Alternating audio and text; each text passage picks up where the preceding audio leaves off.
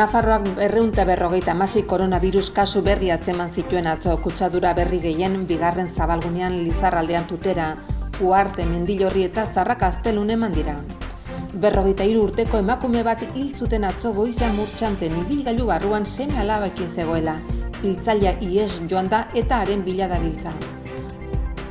Aurizberrin izan den trafiko istripuan motorzale bat hil egin da. Euskara Bideak antolatu zuen euskarari buruzko ikerketa linguistikoen lehiaketan saritutako 2 ikerlanak argitaratu dira. Astor Piazzolaren tangoaren omenaldiarekin hasiko du kultur programak bere ibilbidea aste honetan Baltierran. Paul Urquijo zuzendariaren hurrengo filmean Iratin agertzeko euskeraz dakiten haurrak bilatzen ari dira Nafarroan. Ciudadela Sanferminei buruzko erakusketa areto handia bilakatu da, udal bildumako lanekin berariaz sortutako obra eta kartelekin eta proiekzioekin.